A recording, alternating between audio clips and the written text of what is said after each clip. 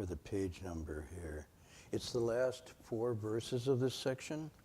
1, 2, 3, 4, yeah. Let's see. I've got 68, 69. Is that right? Okay. The last 7? The last 4 verses. 67 and then 69. So 67, 68, 69 in your book? Mm-hmm. Okay. I don't know what the online is. But let's do the first of the last 4 in Chinese, the first one of the last 4 in Chinese, and then just go through the last of those in English. Somebody's translating this, right? Yeah. Okay. So, 如来坐传妙法轮，一切皆是菩提分。如能闻已，无法行。如是之人，常见佛。I'm just going to go with the straight English and not try to adapt it too much. Thus come one. I already changed it. Sorry. Thus come one turns a sublime Dharma wheel. Each turning is a share of Bodhi. Anyone who hears it and can enlighten or awaken to the Dharma nature, this person will constantly see the Buddhas. If one does not see the 10 powers as empty, like an illusion, then although seeing them, one does not see, but gazes as a blind person. A Buddha cannot be seen by one who discriminates and grasps at appearances. Only when one finally relinquishes attachments will one be able to truly see. Living beings follow their karma with its multitude of differences. In and beyond the 10 directions, it's difficult to see them all. A Buddha's body is unobstructed and pervades the 10 directions. It too cannot be entirely seen. And then the last closing verse.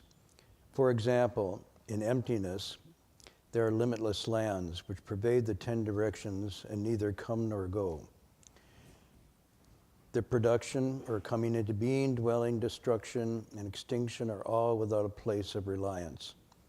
And the Buddha pervades all emptiness in much the same way.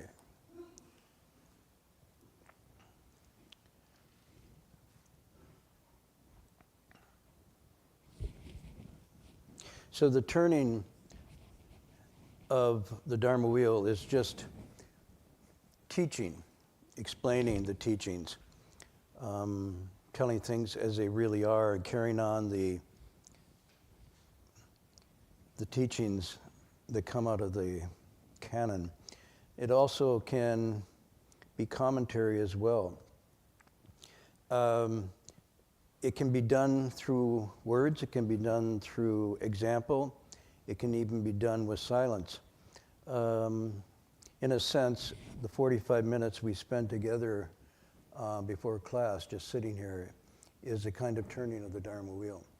Each of us is turning the Dharma wheel internally, but as a group we're turning the Dharma wheel, creating a space where Dharma in quietude is evoked. Each turning is a share of Bodhi.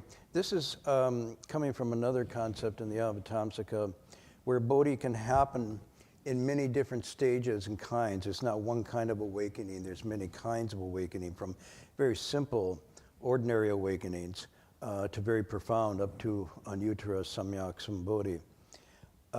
But here it's saying each turning is a share of Bodhi. One way to look at this is in each time this action is done. For example, each time you sit in meditation this way, or each time you share the Dharma, you have a share of that awakening. Bodhi accumulates, in other words. So it's a sense of an accumulative process.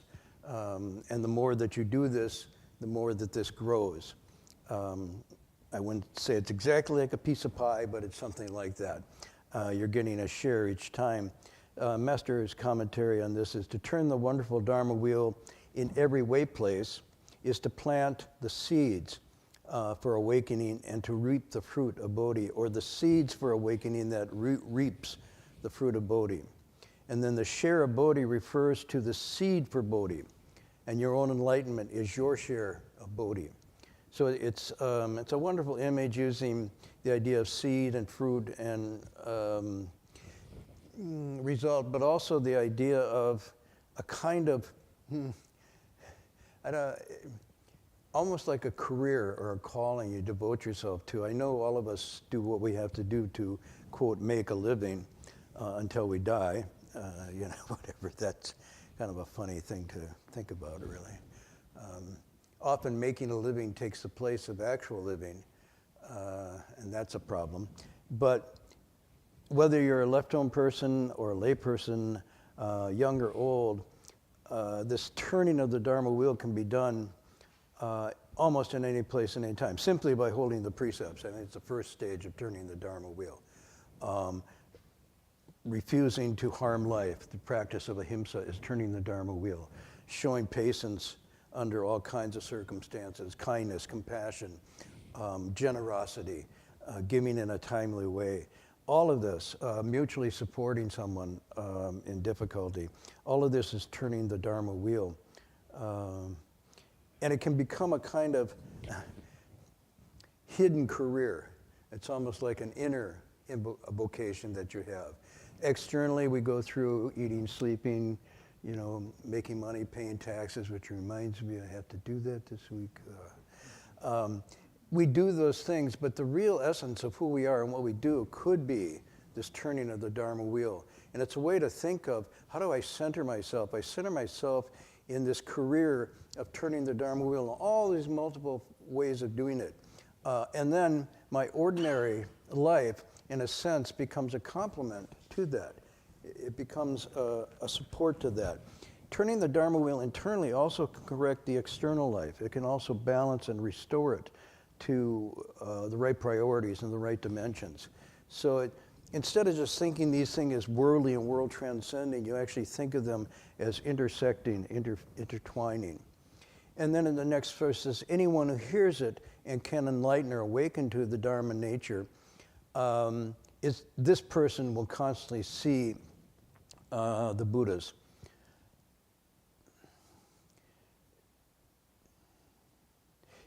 The master's commentary here is Dharma nature is also called in Chinese Shixiang, the true mark, the genuine mark, or the general substance of all dharmas. And this is presented as, here he presents it as true emptiness. Now, true emptiness in the sense here with the idea of prajnaparamita.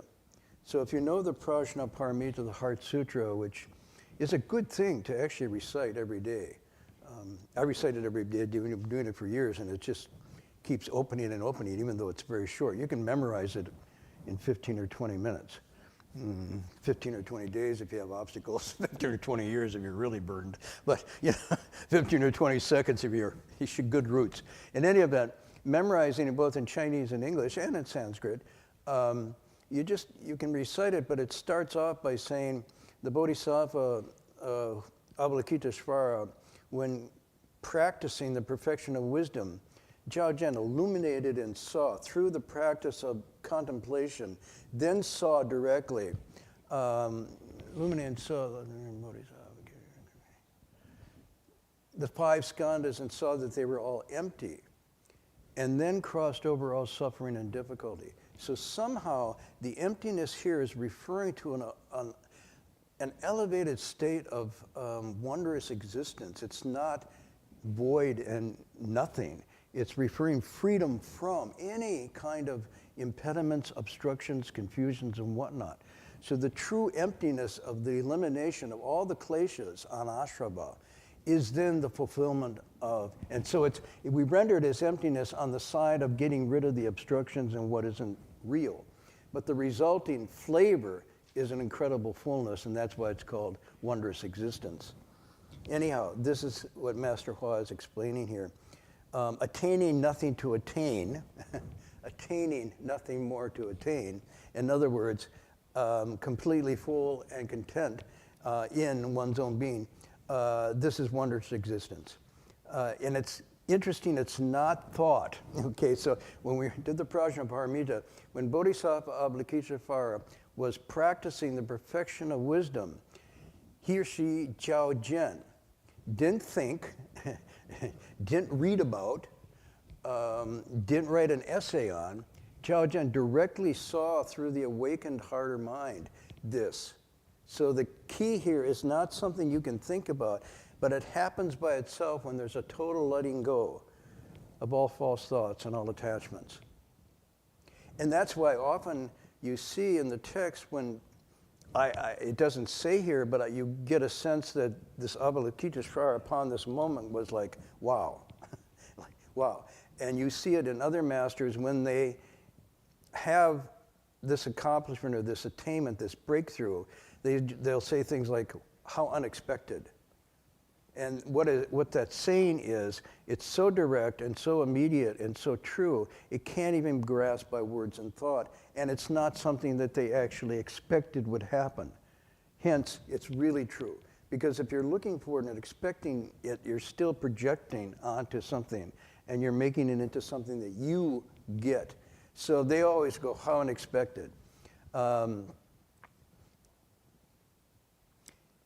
The result of this is that there's a wonderful feeling of, sometimes I use zai, which has to do with a sort of fullness and ease, of comfort.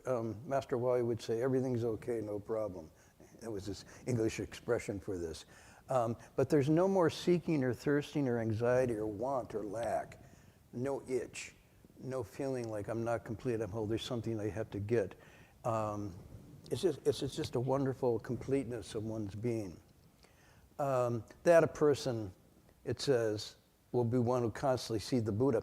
Now, see the Buddha here is a very interesting expression because you could take it to mean, oh, actually see with your eyes. But I think it's almost like behold. And behold has to do with experience in a full capacity of the faculties and not simply something you see with the eyes. It's sort of like an ambient surround. To see in this way is to take it in completely. This text came to mind. I was looking at it this week, and I'll share it with you. This is one of the Pali texts, and it's sometimes titled Seeing the Dhamma. This is because it's Pali Vidhamma. But this is a story of one of the elder disciples of the Buddha, Bikali, or Bakali, depending on, what's the pronunciation, Bikali or Bakali? It's Pali, it's either B-A-K-K-A-L-I or B-I-K-K, Bikali, A-L-I. Either one, huh? Bakali, Bikali? Well, the spelling is already a romanization from the Sanskrit, so it's either Bikali or Bakali. Joe. Okay. Yeah, Joe. It's just Joe. Here's the text. It's really interesting. Now, the Venerable Bikali saw the Blessed One coming from a distance and tried to get up. Then the Blessed One said to Bikali, enough, Bikali, don't try to get up. There are these seats already made, and I will sit down. And he sat down on a seat that was already, and then he said to the Bikali. Now, the reason Bikali was having trouble getting up is he was old and very sick at this point, probably on the last stages of his life. And the Buddha said to Bikali, are you feeling better, Bikali? Are you bearing up? Are your pains getting better and not worse? Are there signs that they're getting better and not worse? So he's asking, even though the Buddha's coming, he's inquiring very compassionately of Bikali's state. And Bikali says, no, Master, I do not feel better. I am not bearing up. I have severe pains and they're getting worse, not better. There's no sign of improvement, only worsening. And then the Buddha says, have you any doubts, Bikali? Have you any cause for regret? And Bikali says, indeed, Lord, I have many doubts and I have much cause for regret. And the Buddha says, have you nothing to reproach yourself as about regarding the morals or the precepts? And then Bikali says, no, I have nothing to reproach myself as regard morals, which is a very interesting point.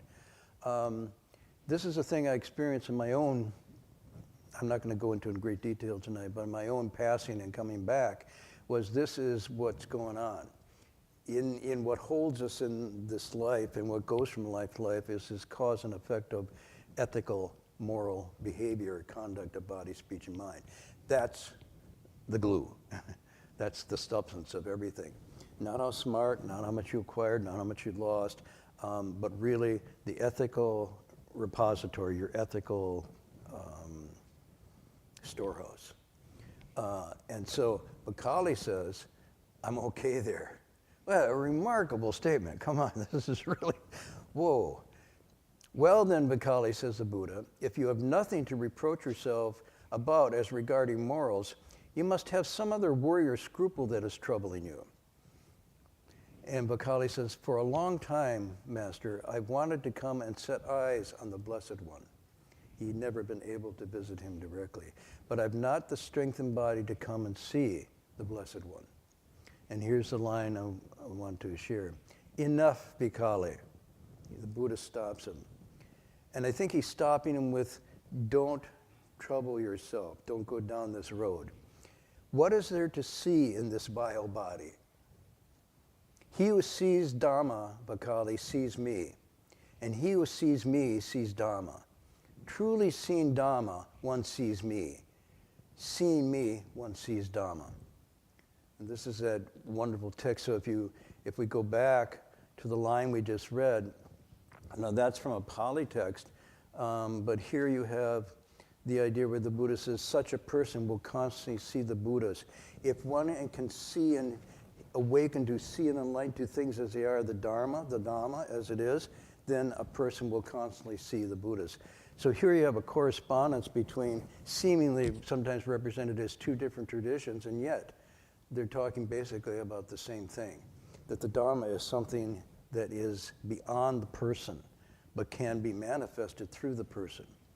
So then the next verse, moving along, if one does not see the 10 powers as empty, like an illusion, then although seeing them, one does not see, but gazes as a blind person. The Buddha cannot be seen by one who discriminates and grasps at, I would say, appearances again and not marks. And then this last line, which is really powerful.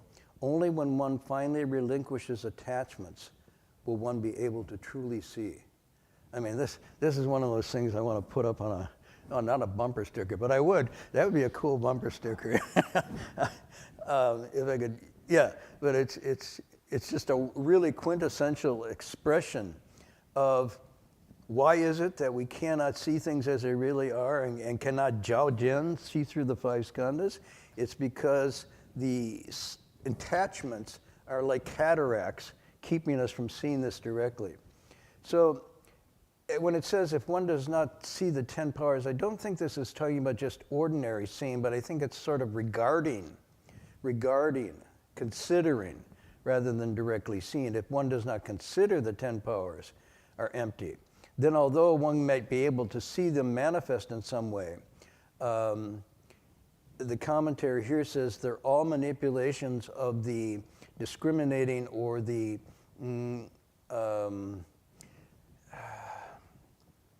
false thinking mind. If you use a discriminating mind to regard the appearances of the Buddha, then you haven't really seen the Buddha. You haven't seen the original nature, Banshing, the pure Buddha, the Buddha's true Dharma body. One, and this is the analogy given, one looks and gazes, but it's like a blind person looking and gazing, which is a really, I mean, it's hard to grasp this metaphor, what it's like, because it's almost like you're straining in the dark to see something, but there's not enough light. And so you're looking, but you can't see. You're gazing like a blind person. And then it says, turn the light within, in a sense here. If you stop grasping at appearances, getting caught up in the passing things of this world, Only when one finally relinquishes attachments will one be able to truly see. So now the emphasis goes back on I can't see because I have attachments that are preventing me from seeing. The text goes on. Living beings follow their karma with its multitude of differences. In and beyond the 10 directions, it's difficult to see them all. A Buddha's body is unobstructed and pervades the 10 directions. It also cannot be entirely seen. So this,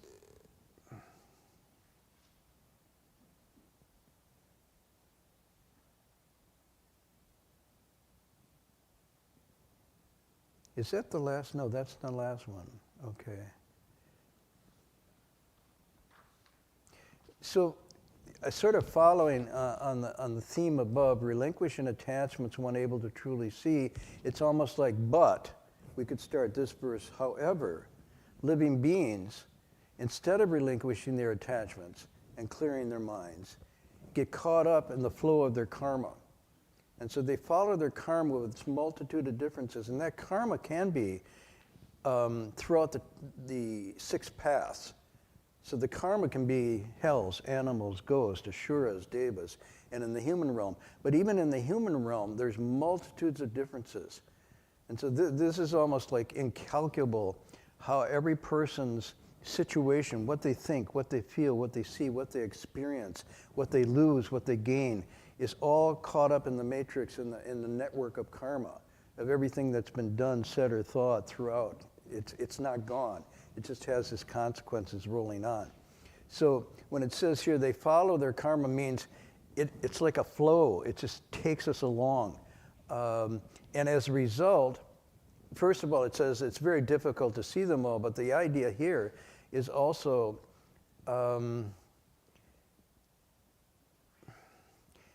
you're not able to really see through this. And so you're seeing through the veil of karma, if you want to use that metaphor. And then it says the Buddha's body is unobstructed, pervades. It also cannot be entirely seen. So this means it can't be nailed down to one dimension or one form or one phase, or even have a face to it, or even a single dimension. This you find throughout these texts of the way an enlightened being, a bodhisattva or a Buddha, manifest, and you see this in this wonderful chapter 39 of Sudana's pilgrimage, because he's meeting all kinds of teachers on this pilgrimage, 52, 53, however you count them up, and in that many others, and none of them necessarily look like a Buddha or a bodhisattva. They can be ferry boat captains, they can be bandits, they can be Brahma teachers, they can be a prostitute, they can be all over the place. They're all manifesting this enlightened, but they take on this form in order to reach and teach across these dimensions. So when it says you can't really nail this down, it cannot be entirely seen, this is really what it's saying. At a deeper level, though, and I want to go a little more into this tonight, is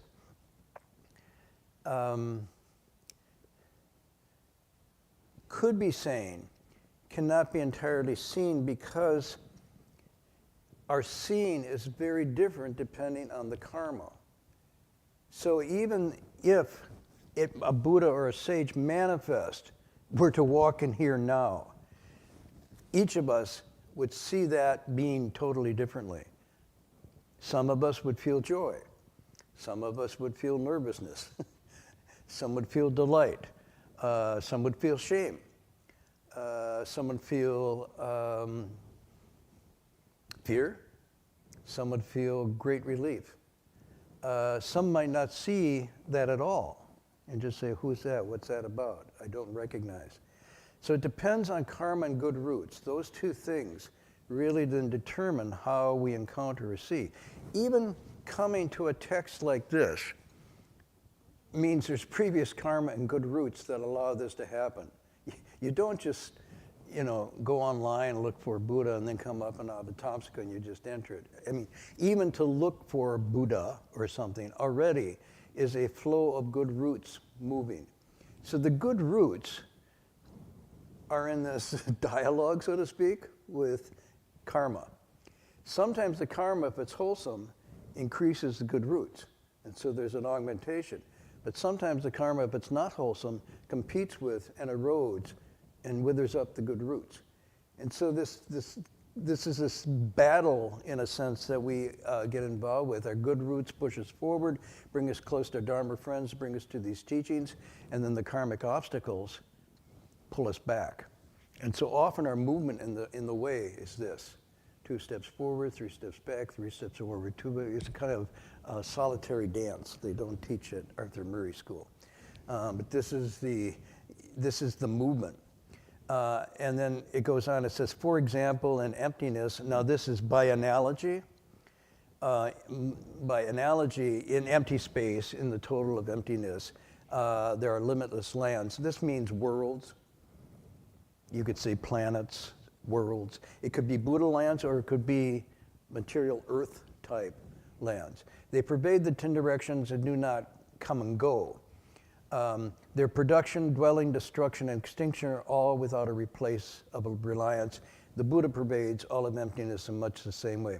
This is a bit difficult to render here, but essentially what it's saying is all worlds, all that we know to exist in the entirety of the universe is conditioned arising. Nothing is totally fixed and unchanging. In fact, there's nothing in our experience that is unchanging. Everything is changing. So planets, worlds, galaxies, flowers, the seasons, they come, they arise. They have a maturing or a staying for a while, a dwelling, and then they start to decline, fade, and finally disappear. And this is when it says dwelling, destruction, extinction, so without a place of reliance. So without a place of reliance, really, if you think about it, is nothing stays, nothing can be tied down. Actually, the word rely, from the etymology for the English, means to fasten or to bind fast. So rely means to hold tight and fasten and keep. And in fact, sort of the dilemma of our existence and everything we know is that we can't do that. Most of the suffering comes from trying to hang on, to fasten, to cling to things that by their very nature cannot be fastened, clung to, because they're all changing. And we who grab and want them are also changing and impermanent and in flux. So this conundrum, this puzzle has deeply motivated many philosophers, not just the Buddha.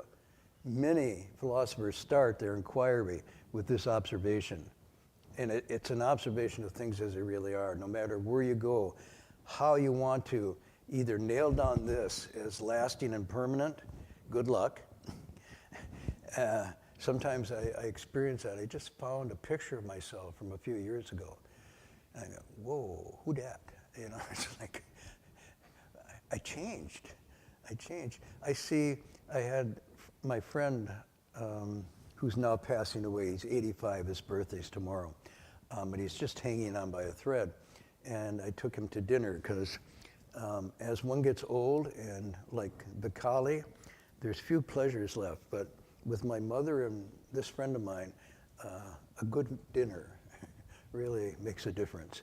So I took him out to a Chinese vegetarian restaurant, and he brought out his phone and showed me a picture when he was 5. And he's thinking about this now. He doesn't want to talk about politics or Trump or economics or his field of science. He's really trying to figure out what's going on here. So he shows me this picture when he's 5 years old, sitting on a donkey in Egypt, with little shoes and shorts, a little tie and shirt.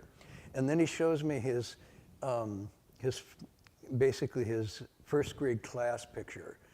This is from Alexandria, Egypt. And he says, find me. And so here we go, like, where's Waldo? So you're going through there, looking at 30 kids. This would have been a maybe late 1930s, early 1940s, and I'm going. And he says, look for the one, what's the word he said, who is a little bit defiant. And I said, oh, that. He says, yeah, that's me. And now he looks at himself now. It's very much like King Prasanajit in the Sharanga when I look at, what's changed, what's staying the same. And so it was silent for a moment, and the conversation kind of shifted about how does this all happen? How does one go from that first grade? And he said, and where have all these people gone that were my friends? He said, you see the girl next to me? And then his sense of humor comes out. He said, we had an exam. We have exams, and the exams in this system are anonymously graded. So they're sent out back to Paris and other places, just numbers on them, no names. And then everybody takes the same exam. And he's always prided himself on being number one. So he said, we took the exam, but she came in first, and I came out second. And he said, and my sense of humor even then was, all the other boys were teasing me. How could you let a girl beat you? And he said, he thought for a minute, and he said, I was being gallant. I let her win. But that humor that he had at that moment was really a wonderful expression. I guess what I'm trying to convey is that now, he says, why have a party tomorrow? What's the meaning of that? Anybody who comes over is just be blah, blah. There's no meaning to it. But he's trying to locate that which doesn't change in the midst of this.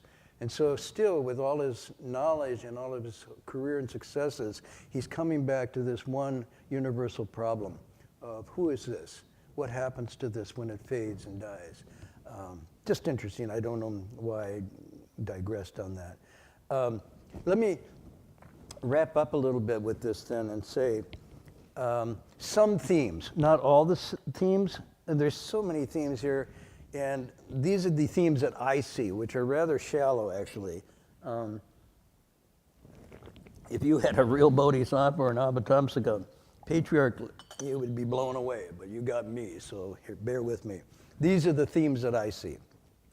One, I'm kind of surprised by these verses here in this whole section. The Buddha is active. Now, we usually think of the Buddha as gone into nirvana, but here the Buddha is active and present and engaged. Very much so. I'm just quoting. He universally encourages living beings to bring forth the mind of the way. He goes everywhere, broadly accords with others, proclaims, turn the dharma wheel, encourages, and so forth. So this is a very active presence. What we make of this is interesting, but apparently Buddhas do not come and go in the same way that we come and go. There's something else going on here. Secondly, the theme I take away is this use of anyone. In the last 4 or 5 verses, it begins with anyone, anyone, anyone. And it says, anyone who does the same, quote, is a person equal in merit and virtue to a Buddha. So now you've gone to someone, a being that's very special. The penultimate of spiritual accomplishment, Buddhahood. And yet stays, doesn't go, which is very interesting, not because there's a need or an anxiety or a unfulfilled desire, but stays out of compassion and wisdom. That's a very different staying power than I don't want to go because there's things I still want to do or get or buy or acquire. And then you have anyone who does this can do and become Buddha. So this is a very, very important statement. And then the next one is that anyone who hears it and can enlighten to the Dharma nature is a person who constantly sees the Buddha. So this is very interesting. What I was going to is that the hearing and seeing seems to be a kind of two-way thing. The text begins with the emission of the light, right? The light is emitted, the Buddha lights things up. And in that light, the assembly can see things and behold things they never saw before or even imagined. On the other hand, it's two-way because the other power, the tali in Chinese, the other power, is dependent on the zili, this self-power. So the other power that releases this light, only with self-power of good roots and cultivation Can there be a scene of this? If there's nothing there, the light is released and we don't see it. It's like a blind person gazing. You can't see it. So what blocks the light? It's very clear, karma and attachments. So here you have, the Buddha has 10 powers, but lacks one power. This is my other observation I made here. Which power does he lack? Just rhetorical question. It's not stated in the text explicitly, so you have to use your inspired imagination. You can't even Google it. Good luck, because I just came up with it. Now, don't be what I said last week, the sage for all beings at all times, for the sake of living beings, dulls his wits and doesn't shine. Now you can shine. It's not a shining, but go ahead. He cannot enlighten others. Huh? He cannot enlighten others. Relies on others? No, he cannot enlighten, he cannot awaken others. Aha. Yeah, close. I was going to say he cannot save. He cannot save.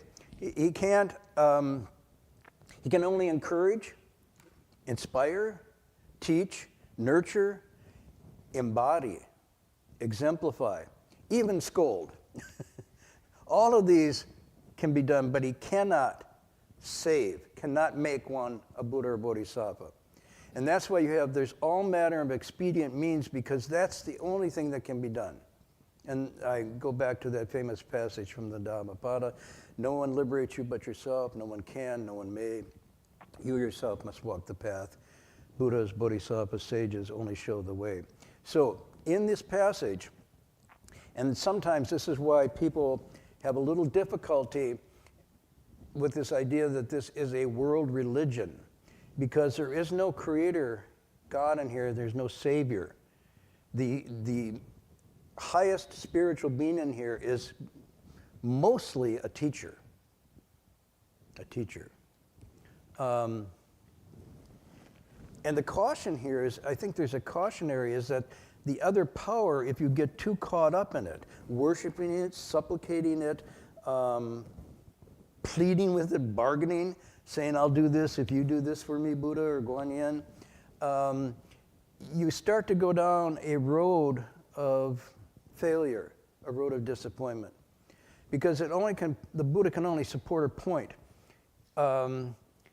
And even the manifestation of the spiritual powers, it says, I'm quoting, for the sake of benefiting living beings.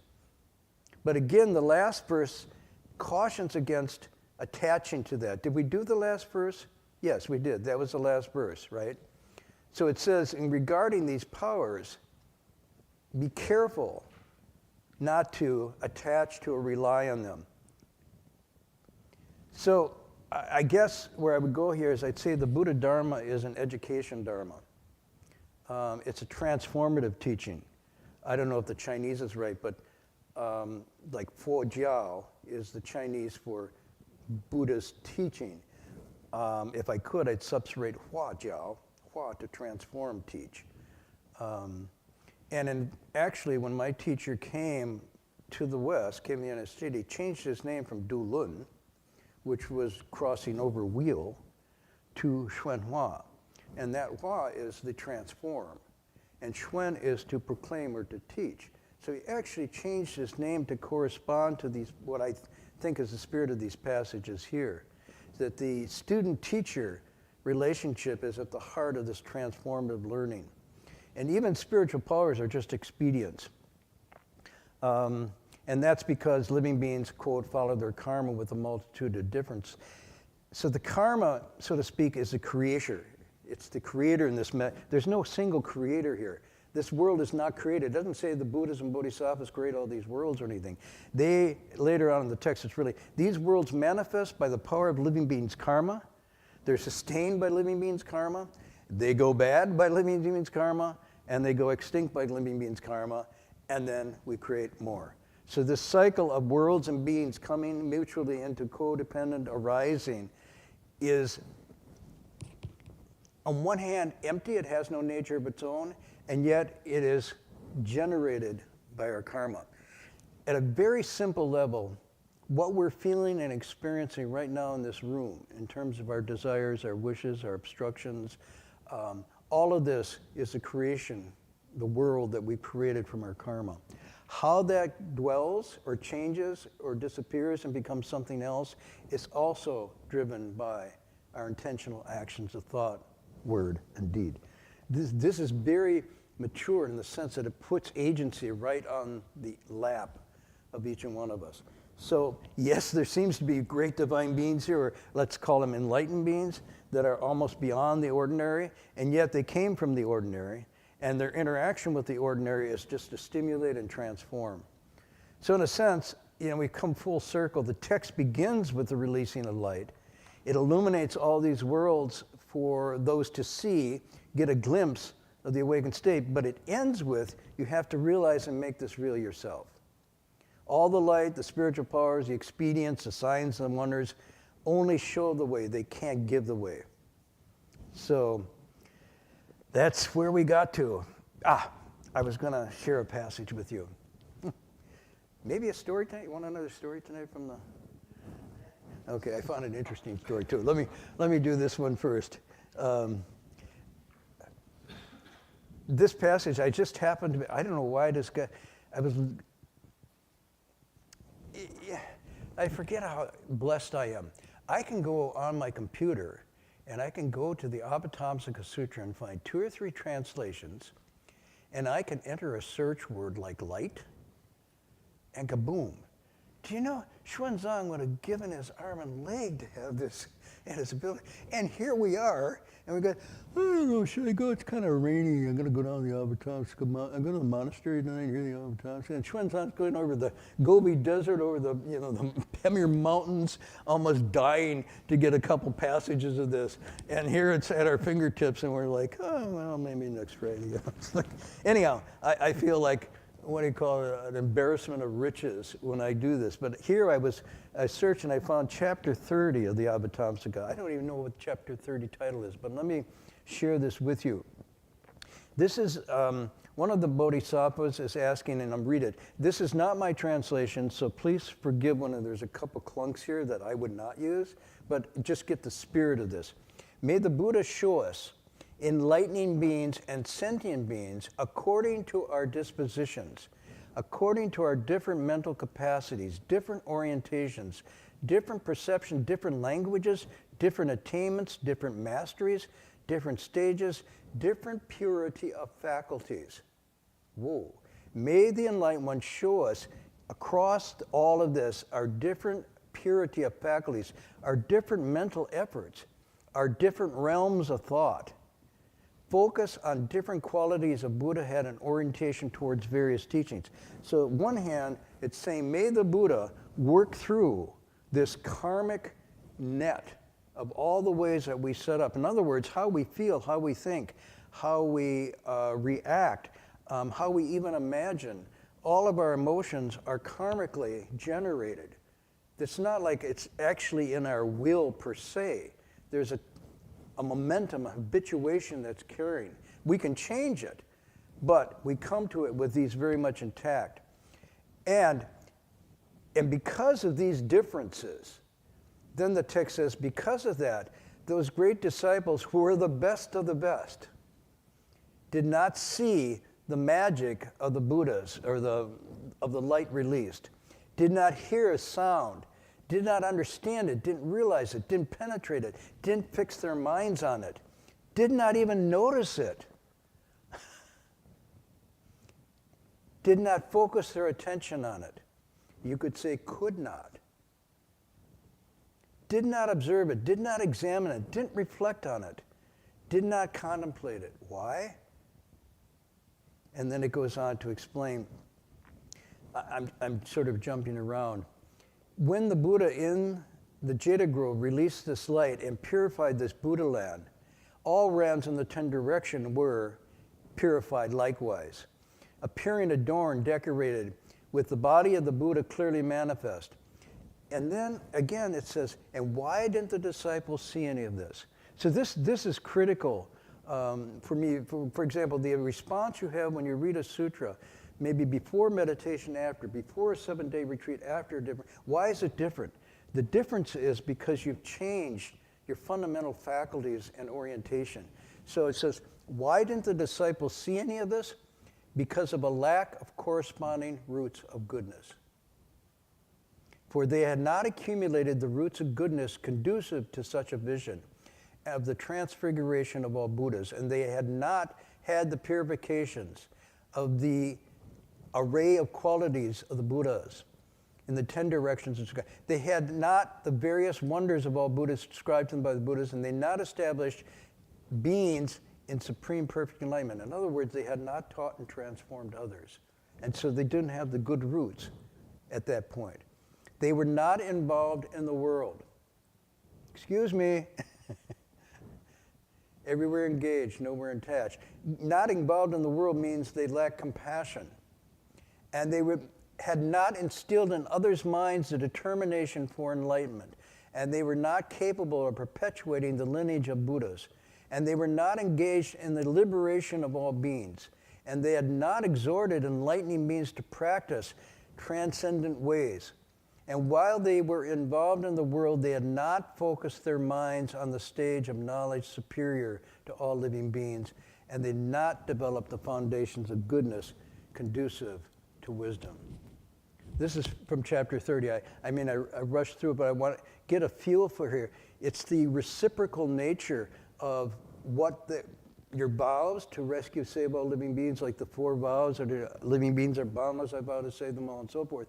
And engaging in that prepares you, when this light is released, to have a response. And if it's deeper, those roots are accumulated, you don't even have to encounter Buddhas and Bodhisattvas. You can have a line of text. You can just do a simple recitation, Namo Guanshi Yin Pusa, and so forth, or go on a 7-day retreat, and all of a sudden, with these faculties and roots there, this water just penetrates in. It's like a sponge, a dry sponge receiving water. If, however, the karma is there, that the sponge is full of water already, nothing can come in.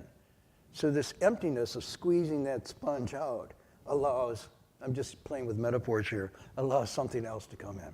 Okay.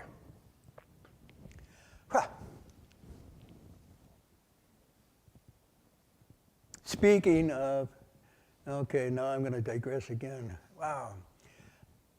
Like the world in empty space, and that passage we just had, like the world is floating in empty space, it has nowhere place to rely. This is a constant one. The earth that we're on, that we think we can rely on, get real, okay?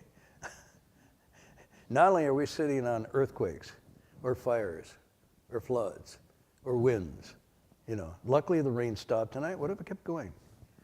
The first earthquake I experienced in California, I was from Wisconsin. I was going, what is that? And when's it going to stop? And it stopped. I thought, oh my God. And then it started again. And I was completely blown away. It's like, wait a minute. This is not solid here. This is not reliable. And then people say, oh, that was a little one. What? So there's nothing about this earth that is solid or real. I mean, really, okay? And then when you see it floating, now you don't see it floating because you think, see, from my perspective, solid and real. I'm on the road, I'm going home, I got my house, my toilet's anchored down, my refrigerator's there with the food, and you just realize it's just a little speck floating through the void. Whoa. So what I thought about when I was thinking about this, what came to mind, do you remember the Whole Earth Catalog? Connie, Whole Earth Catalog? Nah, of course not. When you go home tonight, look it up. Whole Earth Catalog. It was a 1960s, 70s thing of you could get anything you wanted from this catalog. It had all the newest and latest. Anyhow, on the catalog was a photo taken by the Apollo 17 astronauts in 1972. And it's one of the most widely distributed images in existence. You know which image I'm talking about? When the Apollo astronauts were up there in their little capsule, they took a picture of the Earth. And for most people, it was the first time they stood outside the Earth and saw it, other than standing on it. And it blew people's minds. So I want to share with you just one little, this was a song, I'm not going to sing it. Heng Sure could probably sing with his guitar, but I'm not going to, but I'm going to recite it for you. And this is a poem that came out after the Apollo photo came out. And this was a poem song written by Pete Seeger. And here's the rhythm. From way up here, the earth looks very small. It's just a little ball of rock and sea and sand no bigger than my hand. From way up here, the earth looks very small. They shouldn't fight at all down there upon that little sphere. Their time is short. A life is just a day. You'd think they'd find a way. You'd think they'd find a way to get along and fill their sunlight days with song. From way up here, the earth is very small. It's just a little ball so small, so beautiful and dear. Their time is short. A life is just a day. Must be a better way to use the time that runs among the distant suns. From way up here, the earth is very small. It's just a little ball so small. Really sung, it's a wonderful, and he would get singing and have the kids sing along. It was really, but in terms of the light released, meaning by getting out and opening the light to see this, there was an awakening that occurred, and for a lot of people it shifted there. So if you imagine what this text is talking about is expanding that, another song would emerge, and I think that song is called the Avatamsaka. Anyhow, okay, one story or too late? One story, not too late? Okay, this doesn't necessarily relate to the text tonight, but I came upon it today, so I thought, okay, I can share this with you.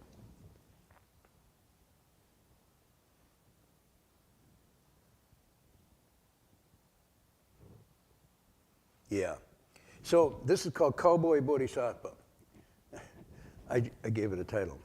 So the brakes, you know, we had a 1956 Plymouth that Master Waz said, you know, when you go through LA, you know, through the tough parts of LA, you can't be sleeping on the street. You won't make it. You're just college kids and you don't know anything. So take this 56 Plymouth and just move it along a mile a day. Take the seats out. You can sleep sitting up in there and carry what few possessions you need.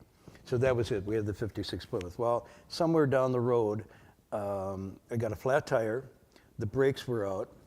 Now I'm going to have trouble reading this. And we're sunk into mud up in our hubcap. So this is a rainy season. We started in a drought. There was no rain for 5 or 6 years. And then when we started in 77, the skies opened up and we got hit. So, and we're miles from town and we're sitting in meditation. So a cowboy drives up. He's got a 4-wheel drive pickup with country western music playing, blaring from his boom, boom, boom, boom, right? And he stares from his cab and he says, I can pull you out of the mud. I'll be back in a minute. Got to go get some chains. So he disappears and comes back with his chains. And then he says, I'm going to have to charge you for this. You couldn't get a tow truck out here to pull you out. Yeah, it's too cold. So he kind of had us over the barrel. And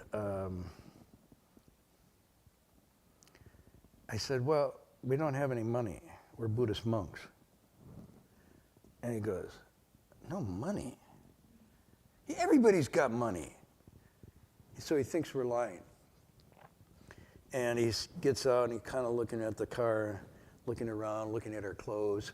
And he says, well, I can't pull you out with no money. I said, well, it's not really a problem. We'll stay here stuck then. We're not really going anywhere. It's all the same. You know, we do less than a mile a day. So a mile behind, right here, a mile ahead. It's all this. He couldn't figure out, and then he saw that we were doing a bowing pilgrimage. We're doing a mile a day. And it was like, he was totally baffled. And I'm just quoting you here. He says, oh, shit. Well, I just might as well pull you out anyhow. What the heck? No, he's mad. He's frustrated. He jams the 4-wheel drive gears, hooks up the chain, really hot under the collar, guns the engine, and what happens? Both of us spin deeper and deeper until we're buried in the mud up to his fenders now. So we're in our hubcaps, and he's buried up to it in his fenders. And you could see his neck was bulging. He was really pissed. It was like, here I tried to do something good, and I'm getting money, and now, and so he's really unhappy. And then another four-wheel drive vehicle pulls up, and it's another cowboy. Now, totally different. This cowboy says, howdy, folks. Looks like you could use some need some help. You're in a bit of a pickle there, aren't you? And he said, really, you're in the mud, but I'd like to say you're in a pickle. He said, really? And the other cowboy's like, ugh. And he's so easygoing, and he's smiling. And so he hooks up his rope and chain, and he pulls us out. And then, without even waiting to be asked, and no thanks, he hooks it up and pulls the other cowboy out, just to help out. And then, before either of us can say thanks, just hops in his truck and drives away. And so, what I was reflecting on here was this, Master Wa once said, a true bodhisattva doesn't wait to be asked and doesn't wait around to be thanked. And so I thought, here were two cowboys. One was doing it intrinsically because it was just, and the other was doing it instrumentally. So there's two virtues. Virtue is intrinsic, done for its own sake. Instrumental is, to follow the new word, transactional. You do it for something to get something back. So the Avatamsaka is describing the real merit and virtue that bring you to the highest level is intrinsic, for its own sake, not instrumental. So anyways, I don't know if he was really a bodhisattva. I called him a cowboy bodhisattva. But it was just a wonderful sort of contrast. Anyhow, story from the road. Then, a few days later, somebody came by and brought us a tire to replace the flat tire. Later, some kids came out with little buckets and sponges and washed the mud off, and we're off again. So it's just these wonderful moments. I describe sometimes the cans of beer being thrown and the threats and the guns and so forth. But on the other side, there's this whole other aspect of human beings, of kindness, compassion, just sort of spontaneous. So that's it for tonight. By the way, Kian's not here, but guess what? We finished chapter 9. Hey! And since there are 40 chapters in the Avatamsaka, next week we will go to chapter 10, which I really like. It's a really cool chapter called The Bodhisattva Asks for Clarification. And there's just some wonderful verses and passages in there. So we'll start that next Friday. This week, Sunday, they're going to start a 7-day Guanyin at the City of 10,000 Buddhas, so I'll make that announcement. I don't know that you can sign up anymore. I think probably enrollment's closed. Anybody know? I don't know. Locke, do you know? It's closed on the extension side, but you can sign up through CDP side. So the extension side, which Ken manages, that's closed. But you can just, this is like NCAA, you can be a walk-on to the Guanyin. Okay. All right. A wonderful opportunity to sort of close things down for a week and let some good roots get nourished. And even if you don't have a wonderful awakening from 7 days of Guanyin, the way to contemplate it is to think 7 days that you didn't do other things. And that's the value of emptiness. Okay, we'll do the transference in English. I assume nobody had any questions or... No? Good. Locke, no questions? Oh. Everybody fell asleep. Okay. Let's do it. Oh, right. Oh, don't. That was what flattery will get you nowhere. But keep it up. Keep it up. Next week. Okay, open the door.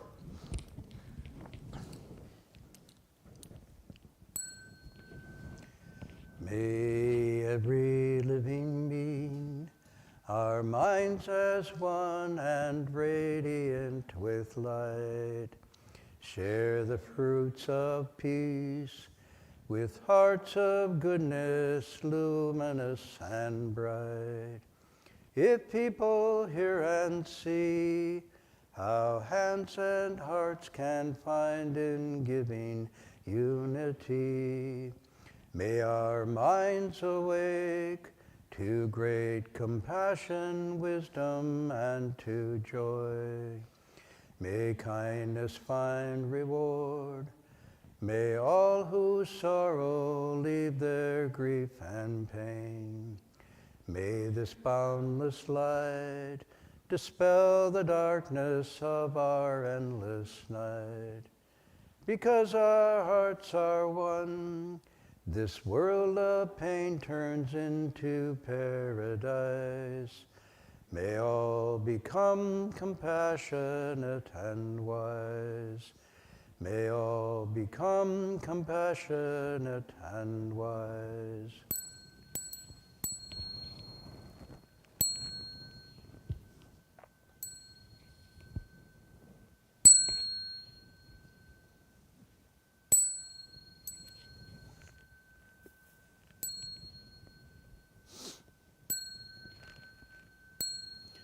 Bow in respect to the triple jewel.